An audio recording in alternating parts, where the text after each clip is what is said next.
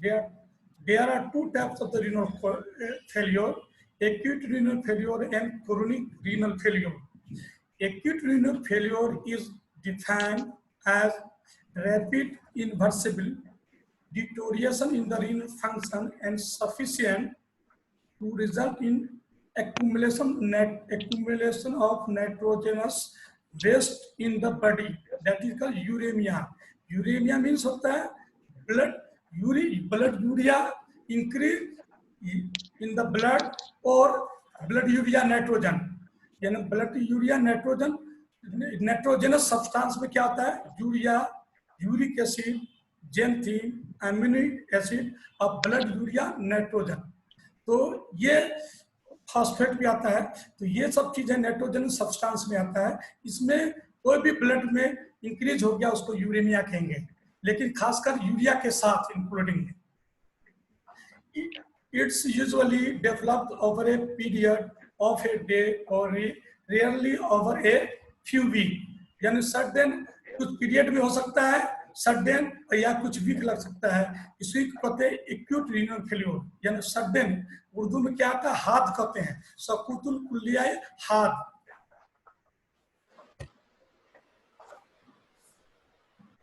इसका there three types of the renal causes. Acute renal को तीन कॉज है। सबसे पहले प्री, दूसरा रीनल और पोस्ट। यानी रीनल से पहले यानी किडनी से पहले का कॉज रीनल, किडनी का कॉज, और पोस्ट रीनल कॉज उसके बाद। यानी यूरिनरी सिस्टम का ये जो कॉज है उसमें तीन कॉज मेन इंपोर्टेंट कॉज है। उसमें प्री रीनल कॉज में सबसे पहला आता है hypovolaemia. Hypovolemia is a sudden fluid loss in the body that is called severe bleeding। किसी टाइप से, चाहे हेमेप्टाइटिस हो, हेमेप्टाइटिस हो या ब्लीडिंग पीबी हो, किसी तरह सीवियर ब्लीडिंग हो या मिसडाइवर्सन हो, किसी तरह सीवियर ब्लीडिंग हो जाएगा तो उसको कहेंगे। में अक्सर बीपी पल्स टेम्परेचर कम हो जाता है हाइपोवोलेमिया, अब ब्लड का लॉस हो जाएगा। सीवियर वोमिटिंग एंड डायरिया, यानी सीवियर वोमिटिंग में क्या होता है? सोडियम, पोटासियम और chloride, that is called electrolytes imbalance हो जाएगा सीवियर, क्योंकि फ्लूइड का लॉस होने की वजह से। तो सीवियर वोमिटिंग, डायरिया और loss of the plasma as burn. जैसे सीवियर बर्न जब 50% से ज्यादा, जब 40-50% ज्यादा रहेगा वो में सडन ज्यादा लॉस हो जाएगा। उससे 18% होगा उतना लॉस नहीं हो सकता है, लेकिन 18-36 यानी अक्सर इन्वॉल्व चेस्ट एब्डोमेन इन्वॉल्व हो जाता है ना, 18-36 उससे ऊपर जब भी होगा तो कॉमन अक्सर ज्यादा फ्लूइड लॉस होने के इम्कानात होते हैं। उसके बाद एक्यूट और chronic pancreatitis, excessive diuretic, diabetes keto acidosis में, या डायबिटीज पोलीयूरिया, मतलब एक दिन में 2.5 लीटर से पानी 24 घंटा में ज्यादा करना पोलीयूरिया कहेंगे। तो उसमें जैसे डायबिटीज कीटो एसिडोसिस होता है, तो इस कारण में सर्दी लॉस होने के बाद बीपी फॉल करेगा, उसमें हाइपोवोलेमिया होगा। एक ये बहुत इंपॉर्टेंट एक कॉज है। दूसरा है reduce cardiac output, that is congestive heart failure या हार्ट फेलियर। हार्ट फेलियर में क्या होता है? यूरिन का आउटपुट कम होता है। Septic shock, spinal shock.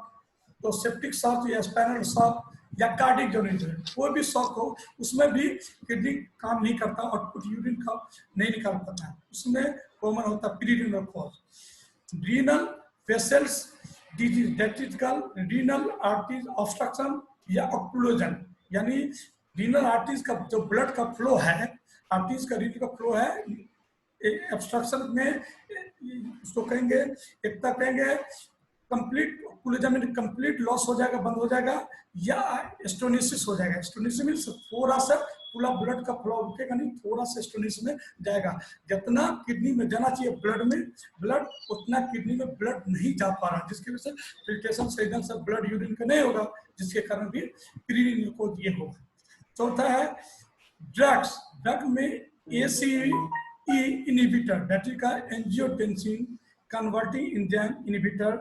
ये ड्रग है हाइपरटेंशन की मेन ड्रग है। इसके कारण से कॉमन होगा। चौथा है कोई भी नशा, जैसे डाइक्लोफेनक कॉमन कॉज करता है, डाइक्लोफेनक कॉमन कॉज करता है यूरिन आउटपुट कम करने का, कोई यानी किडनी पैरेंकाइमल डिजीज को लॉस करता है, इंजरी करता है, जिसमें कॉमन बच्चों में, खासकर बच्चों में नशा दब देते हैं, डाइक्लोफेनक कॉमन रीनल फेलियर में पेशेंट जाता है।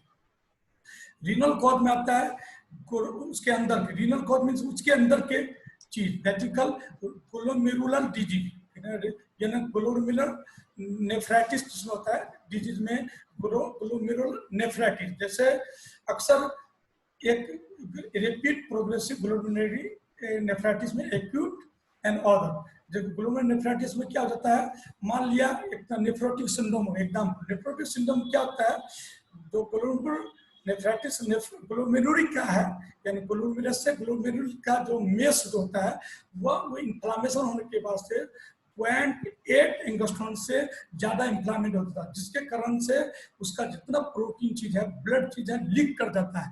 ब्लड लीक कर गया तो हिमोचूरिया हो गया, प्रोटीन लीक करेगा प्रोटीनीमिया हो गया, तो ये ज्यादा लीक हो जाता है, इसका एक कारण है।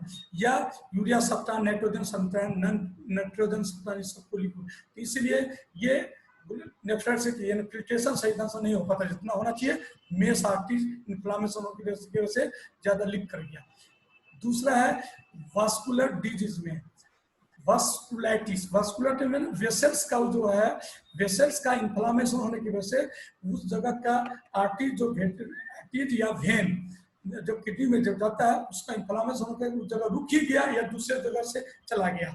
रीनल आर्टरी ऑक्लूजन यानी complete artery blood circulation renal में बंद हो जाए, ये कॉज है। तीसरा इंटरस्टेशियल नेफ्राइटिस, अक्सर जो इंटरस्टेशियल स्पेस जो नेफ्रॉन में है उसमें इन्फ्लामेशन, डर से कोई इन्फेक्शन या रिएक्शन के कारण हो जाता है, मेस में इन्फ्लामेशन होता है, ब्रोंकियल में या उसके नीचे वाला ट्यूब में इन्फ्लामेशन होने की वजह से कॉमन होता है।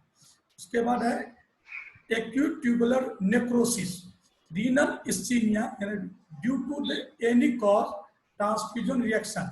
जैसे रीनल इस्कीमिया में उसका ब्लड रीनल में जो फ्लूइड का जो जाना है वो कम हो जाना, जितना जाना चाहिए इस्कीमिया में कम होगा सर्कुलेशन ड्यू टू ट्रांसफ्यूजन। हम जैसे ब्लड ट्रांसफ्यूजन करें उसके रिएक्शन या एनी टाइप रिएक्शन, या मलेरिया का साइड इफेक्ट है। देखो एक प्रयोग है मलेरिया में black water fever, that it is the complication of the cerebral malaria that is due to Plasmodium falciparum, ये कॉज करता है ब्लैक वाटर फीवर। उसमें भी क्या होता है, इतना ट्यूबुलर उसके ट्यूब में इन्फेक्शन कैसे, ट्यूबुलर आर्टरीज में इन्फेक्शन होता है, वहाँ एकदम नेक्रोज हो जाएगा, यानी इस्कीमिया हो जाएगा, यानी कंप्लीट ऑक्लूजन हो जाएगा। तो वहाँ नेक्रोज होने के बाद कितना ट्यूबुलर नेक्रोज में सर जाना, नेक्रोज होने के बाद से वही ब्लड हो गया, इसलिए ब्लैक वाटर फीवर उसमें कॉमन आता है, तो ब्लैक पेशाब होता है उसमें, ब्लैक, तो एक ये है। दूसरे क्रश इंजुरी, जैसे चोट, क्रश इंजुरी चोट लगने के बाद से ट्यूबुलर में चोट लगने के बाद 2 से 3 दिन में इस्कीमिया होगा, ये सेकेंडरी इन्फेक्शन से होगा। हेवी मेटल सेप्टिक एबॉर्शन, और से जैसे मान लिया प्रेग्नेंट लेडीज है, सेप्टिस हो गया पेशेंट को, उसके एबॉर्शन हुआ, उसके कारण किडनी में भी किडनी इन्वॉल्व हो जाता है, एक किडनी सीवियर एक किडनी, क्योंकि फ्लूइड सेप्टिक एबॉर्शन, सेप्टिक की वजह से कॉमन फ्लूइड लॉस होता है जिसका सेप्टिक एबॉर्शन होगा। दूसरी बात कोई भी ड्रग्स इसमें दिया है सबका। उसके बाद पोस्ट रीनल कॉजेज में दिया है, पोस्ट रीनल कॉजेज का देखो, एक्स्ट्रा रीनल ऑब्स्ट्रक्शन, यानी रीनल की चीज, रीनल के बाद की चीज है। जैसे example BPH, benign prostate enlargement, इसमें क्या आता है, प्रोस्टेट का इलार्जमेंट होने की वजह से, जैसे नॉर्मल प्रोस्टेट कितना है, 15 ग्राम तक नॉर्मल है, 20 ग्राम तक नॉर्मल होता है एक नॉर्मल एडल्ट में, लेकिन 30 से 40 या 50 से 80 तक हो जाएगा, तो दोनों यूरेथ्रा के बीच में जो प्रोस्टेट ग्लैंड है वह दोनों इन्फ्लामेशन होकर यूरेथ्रा को ऑब्स्ट्रक्ट कर देगा।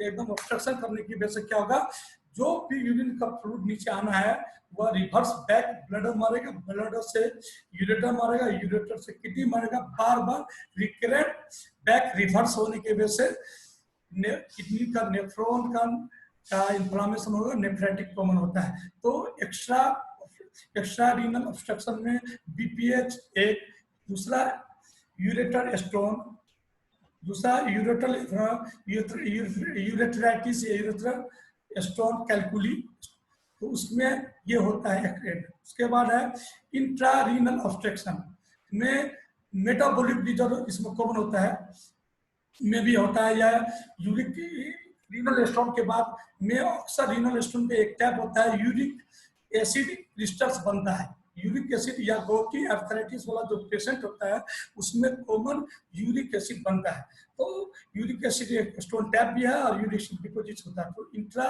रीनल ऑब्स्ट्रक्शन में यूरिक एसिड क्रिस्टल का एग्रीगेशन होगा, मतलब एक तक जमा होने की वजह से उसके जो इंटरनल ऑब्स्ट्रक्शन वो होता है बहाव को रोकता है, यूरेट्रा के भाग को रोकेगा, प्रेशर को रोकेगा, जिसके कारण बैक रिपर से कॉमन ये होगा इंट्रा रीनल ऑब्स्ट्रक्शन हो सकता है। और उसके बाद जनरल फीचर में आता है may have the symptom of uraemia, blood circulation में ब्लड यूरिया का बढ़ना या नाइट्रोजनस सब्सटेंस का बढ़ना, that is called urea, uric xanthine, uric acid, amino acid का एबनॉर्मल हो जाना ब्लड में, तो यूरेमिया हुआ। उसमें कॉमन एनोरेक्सिया, तो जो भी इसका सिम्टम होता है ये रिफर्ड, क्योंकि अमोनिया लेवल इसमें यूरिया टूटता है तो अमोनिया बनता है, और ammonia level the blood stream में क्या करता है, ब्लड ब्रेन बैरियर को पास कर देता है। इसके वजह से कॉमन एनोरेक्सिया होगा, नोजिया होगी, वोमिटिंग होगी, प्लूराइटिस होगा, mental station changes like seizure हो सकता है, अल्टर्ड सेंसोरियम होगा, अल्टर्ड यानी बकना कुछ बकेगा, अल्टर्ड सेंसोरियम होगा, dyspnoea due to fluid overload, dyspnoea on exertion या डिसनिया होगा, यानी सांस लंबी लंबी लेगा due to over fluid loss, किसमें, लंग्स में, हार्ट में, क्योंकि ऑब्स्ट्रक्शन होगा, पीरी लोड बढ़ेगा उसका।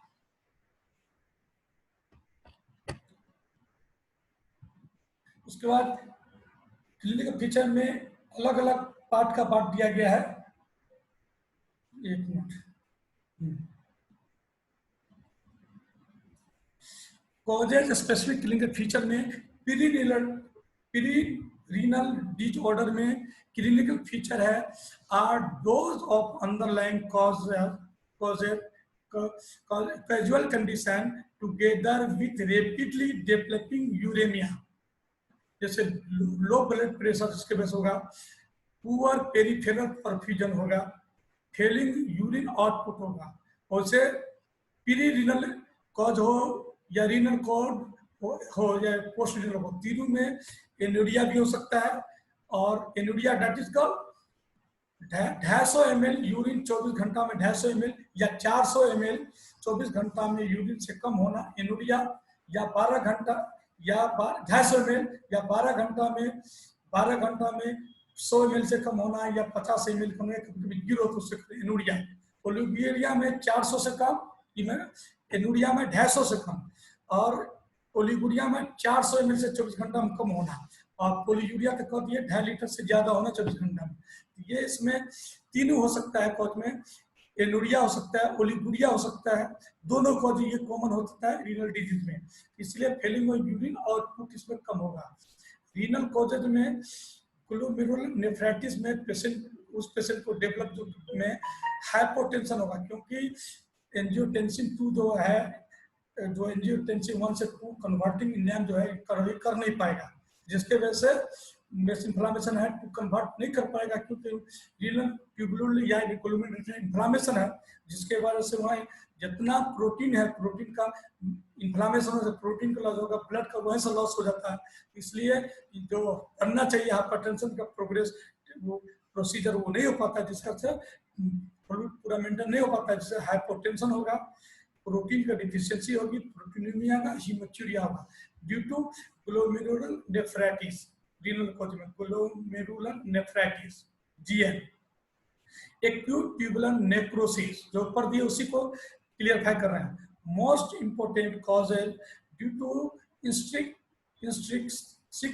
Renal disease, clinical course is divided into 3 phase, oliguria phase, maintenance phase और डायूरेटिक फेज। इसको किया गया है, इस फेज में डिवाइडेड किया गया, दिखाएंगे।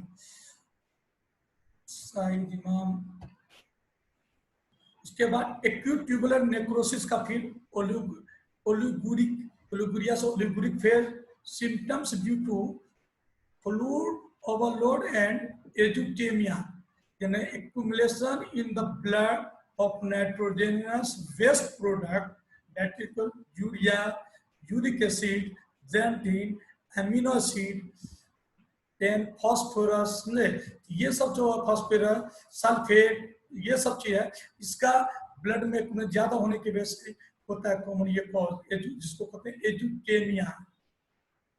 Formal causes elevation jugular vein, यानी जुगुलर वेनस प्रेशर बढ़ा रहेगा, क्यों? जिसेनियम ऑब्जर्शन है, हार्ट फेलियर में पेशेंट जा रहा है, जिसके वजह से रेस्ट इंट्राक्रेनियल, इसका जुगुलर वेनस प्रेशर रेस्ट मिलेगा। सर्वाइकल में देखोगे जुगुलर वेनस यहाँ पक पक मारता रहेगा, रेट नॉर्मल से रेट नहीं होगा, तो हार्ट पंपिंग करना चाहता है लेकिन फ्लूइड उसको नहीं मिल पाता है या ब्लड नहीं मिल पाता, जो इनफ जितना जरूरी हो उतना आगे पंपिंग करे, जो पूरा सर्कुलेशन पूरे बॉडी में ब्लड जाए, यानी हार्ट फेलियर में पेशेंट जा रहा है। फिर उसके पेडल इडिमा एसाइटिस डेवलप करेगा, उसके कारण पल्मोनरी इडिमा हो सकता है, जैसे इसमें देखो पल्मोनरी इडिमा की स्कैन दिया है, एक्सरे में पल्मोनरी इडिमा कंजेशन दिया, बायलेटर कंजेशन दिया है। उसके बाद हाइपर कैलेमिया, पोटासियम का बढ़ जाना, यूजुअली यानी सोडियम लॉस, पोटेशियम करना, usually last for the 10 to 14 days but may vary from the 20 our, यानी आवर से 4 वीक तक में ये हो सकता है, ये चीज एक्यूट में। मेंटेनेंस फेज में डे टू वीक है, कुछ दिन से लेकर वीक तक हो सकता है। GFR glomerular filtration rate reach its nadir, यानी उसका GFR का लोएस्ट पॉइंट जो है वहां तक वो पूछ सकता है कि GFR कम हो सकता है, जितना GFR कम होगा filter rate, urine output remain low, urine output भी इसमें कम हो जाएगा। Causes specific clinical feature, acute tubular necrosis में diuretic phase, urine output progressive increase, patient develop polyuria. Acute tubular necrosis में पहले इसको इसमें पोलीयूरिया इंक्रीज करेगा, polyuria, tubular concentration capacity is defect, uncontrolled loss of, चला गया कर दिया ना, बना लिए थे रिकॉर्डिंग, देखो तो क्या हो गया, चलिए रहेगा, चलिए, हेलो सुन रहे हो? हाँ चलिए सर। हाँ एक मिनट क्या हो गया? आवाज आ रही है सर? हाँ ठीक आ गया सर। हाँ ठीक आ रही है sir ji sir. Uncontrolled loss of the water and electrolytes का लॉस होगा इसमें, डिहाइड्रेशन, हाइपोनेट्रीमिया यानी सोडियम की कमी हो जाएगी, and hypokalaemia, eventually renal concentration capacity improve and urine volume decrease to the normal, यानी एक्यूट ट्यूबुलर नेक्रोसिस में होगा, हर में ऐसा नहीं होगा। दूसरा causes specific clinical, post renal में ऑब्स्ट्रक्शन में एनूरिया कंप्लीट हो जाएगा, यूरिन का आउटपुट होगा ही नहीं है, 12 घंटा में 0 ml 0 ml हो गया, मान लिया 24 घंटा में 250 ml से कम ही होगा, तो एनूरिया में। History of the loin pen,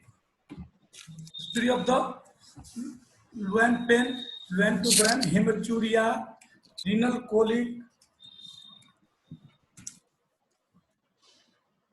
renal colic, difficulty in urination, यानी डिस्यूरिया भी हो जाएगा पेशेंट को। उसके बाद इन्वेस्टिगेशन में पीरीरिनल में एआर में हाई यूरिन ऑस्मोलिटी की वजह से and creatine and plasma creatine ratio 40 या मोर देन 40 mg, ज्यादा इंक्रीज होगा 40, and low urinary sodium concentration होगा। हीमेटोलॉजी में एलिवेटेड ब्लड यूरिया नॉर्मल कितना होता है 10 से 40 या 14 से 40 या 44-45 तो नॉर्मल होता है, लेकिन जब लेकर रहेगा तो 44-50 से ऊपर हो जाएगा। क्रिएटिनिन में अंदर 2 तक होता है, 0.5 से लेकर 0.2 से लेकर 1.2 तो नॉर्मल होता है, और ऊपर बॉर्डर में 2 तक हो सकता है, 1.8 तक हो सकता है, उससे ज्यादा हो जाएगा तो हो जाएगा। उसके बाद pre renal ARF, acute renal failure में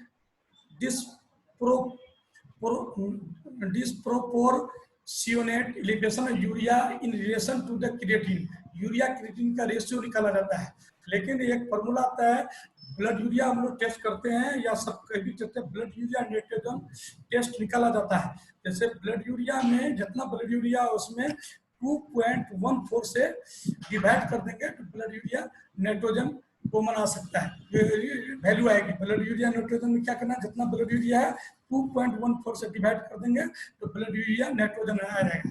लेकिन इसमें है ब्लड यूरिया जितना है ब्लड यूरिया और इसमें क्रिएटिन, इसका रेशियो निकाला जाता है कि इतना रेशियो करके, ये रेशियो मोर देन 40 से ज्यादा अगर होगा तो ये ARF का इंडिकेट इसमें करेगा। उसके बाद हाइपरकैलेमिया होगा, ये ज्यादा होगा,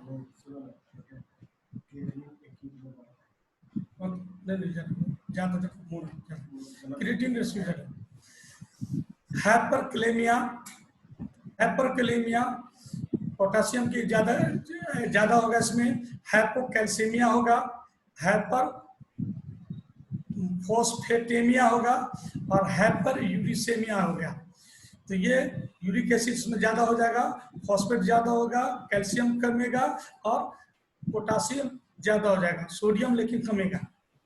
यूरिन एनालिसिस में RBC इंक्रीज हो सकता है, या RBC जब आएगा ज्यादा झुंड में आता तब आपका रेड ब्लड कास्ट हो सकता है। ये जरूरी है कि हर बार हर पेशेंट को RBC हो। 20 नंबर अभी आया है, वेट करें। तो RBC में RBC कास्ट मीन्स झुंड होता है, ग्रुप होता है, उसमें RBC कास्ट हो सकता है, RBC झुंड में मिलेगा ज्यादा तो कास्ट हो सकता है। प्रोटीनूरिया इन ग्लोमेरुलर नेफ्राइटिस में मिलेगा, यूरिन में भी प्रोटीन बहुत ज्यादा मिलेगा।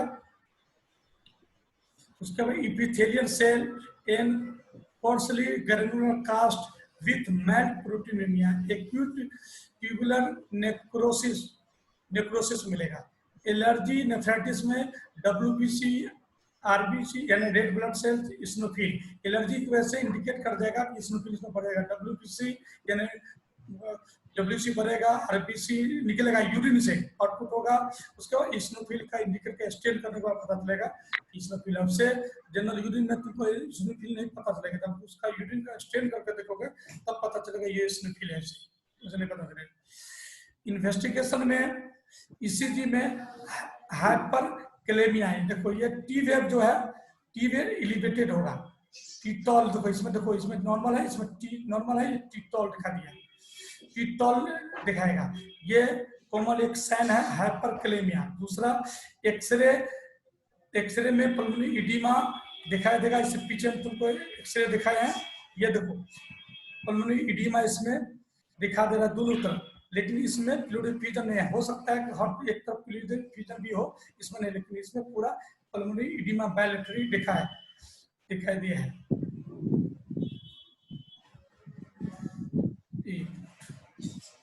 उसके बाद अल्ट्रासाउंड, एब्डोमिनल रेडियोग्राफी का पोस्ट रीनल, ये आपको देखना पड़ेगा, तो उसको बताएगा अंदर का।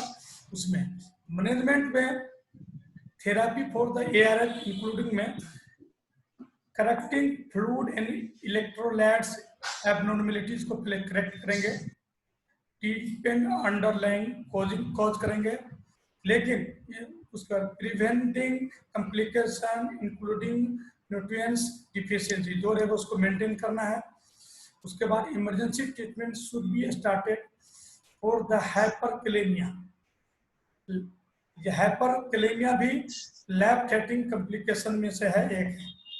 एसिडोसिस IV, और जब इसमें हाइपरकैलेमिया है तो बाइकार्बोनेट, अगर सीरम बाइकार्बोनेट देखना पड़ेगा, 18 से 22 नॉर्मल होता है, रेंज होता है, लेकिन 15 मिलीग्राम मोल इक्विवेलेंट पर लीटर से अगर कम रहेगा तब उसके लिए हम लोग बाइकार्बोनेट, ऐसा नहीं कि पूरा कम रहा है, बॉर्डर लाइन है तो बाइकार्बोनेट दे दिए, इसको देखना पड़ता है कि बिना बिना वैसे नहीं है। जनरल जगह नहीं, जनरल क्लिनिक में ऐसा नहीं है फलाना, इसके लिए आईसीयू में रखना पड़ेगा, बार बार एबीडी करना पड़ेगा इसके लिए देखने के लिए।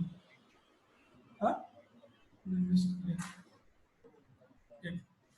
उसके बाद लूप डाययूरेटिक में देखिए, हाइपरऑस्मोलेटिक डाययूरेटिक के लिए ये मिनिटोल है, उसमें ये डाययूरेटिक का काम करता है एक तरह का ऑस्मोलेटिक, तो मिनिटोल हम लोग देते हैं उसके लिए, तो डाययूरेटिक को बढ़ाने के लिए ऑस्मोलेटिक ये है, तो इसको स्टेरॉइड होता है, डाययूरेटिक है mannitol, osmolar diuretic steroid osmolar diuretic है, इससे यूरिन आउटपुट होगा और हम लोग को इससे भी बचेगा रीनल इससे इससे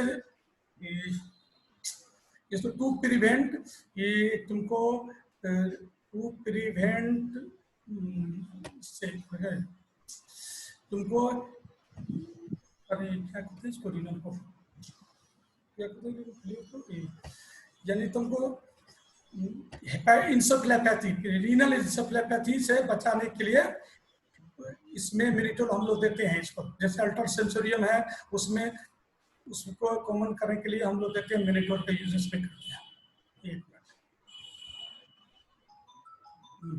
उसके बाद डोपामीन हम लोग जो देते हैं बीपी को बढ़ाने के लिए, डोपामीन हम लोग का यूज करते हैं ब्लड प्रेशर को बढ़ाने के लिए, और यूरिन आउटपुट के लिए बढ़ाने के लिए डाययूरेटिक देते हैं। तो डाययूरेटिक एक ही मॉडर्न मेडिसिन में इसको किडनी फेल्योर और में इसमें है फर्स्ट में कि डाययूरेटिक ही यूज करते हैं, जैसे जैसे फ्रूसामेड, टोरसामेड, समझे, स्पाइरोलेक्टोन, ये जो है यही डाययूरेटिक मेन हम लोग देखते हैं इंजेक्टेबल में और टैबलेट की शक्ल में हम लोग देखते हैं, लेकिन साथ में ये मॉनिटरिंग सीरम इलेक्ट्रोलाइट्स मॉनिटरिंग बहुत जरूरी होती है, इसको बैलेंस का, इसके इलेक्ट्रोलाइट बैलेंस को देखने के लिए मेंटेन हम लोग करते ही हैं। अभी आया यार अशरफ,